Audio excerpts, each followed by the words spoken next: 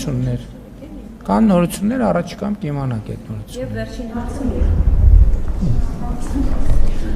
Պարոն Փաշինյան, տիկին նախարար Դավիթ Խուդայցյանը խոսելով Իրանի այցի մասին նշել էր, որ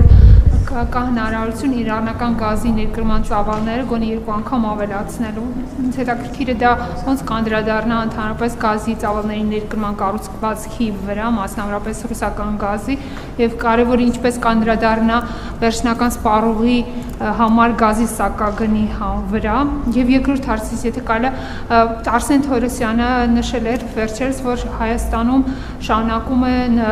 ծնելիությունը նվազել։ Դա ձեզ անհանգստացնում է, կառավարությունը ունի արդյոք նոր կոնկրետ ծրագրեր այդ մասով, որպեսզի ծնելիության նվազումը կանգնեցնի, խթանի դեմոգրաֆիկ աճը, եւ եթե այո,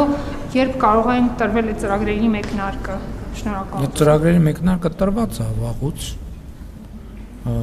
2022 թվականից սկսած եւ դրանից առաջ էլ մենք բարբերաբար ծրագրեր ենք ընդունում եւ շարունակելու ենք այդ ուղղությամբ ծրագրեր ընդունել։ Իրոք բազմաթիվ ծրագրեր ունենք, սկսած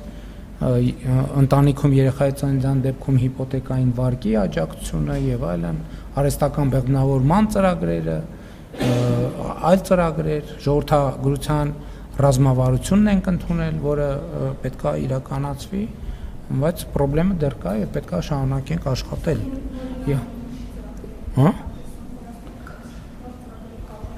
Քննարկման մեջ են տարբեր գաղափարներ կան, այդ գաղափարները կնայենք, կդիտարկենք, բայց ընդհանուր առմամբ էլի ասում եմ, կարծում եմ, որ բարեկեցության, անվտանգության աճը նույնպես, որը ուղիղ դրա հետ կապ չունի, բայց իհարկե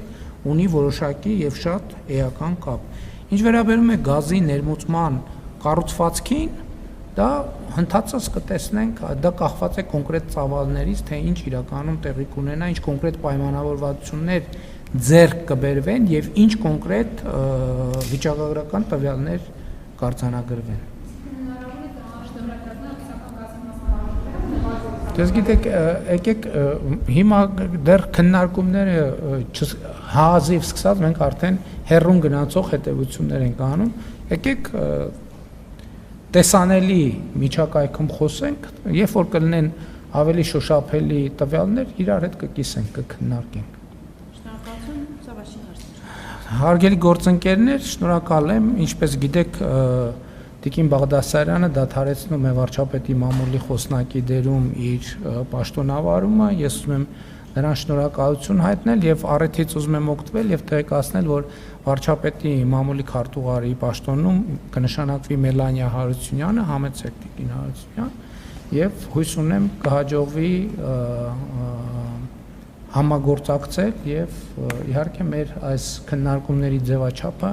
առաջիկայում կպահենք եւ կպահպանենք։ Շնորհակալություն այսքանը Տիկին Հարությունյան, ձեզ էլ հաջողություններ եմ մաղթում։ Շնորհակալ եմ։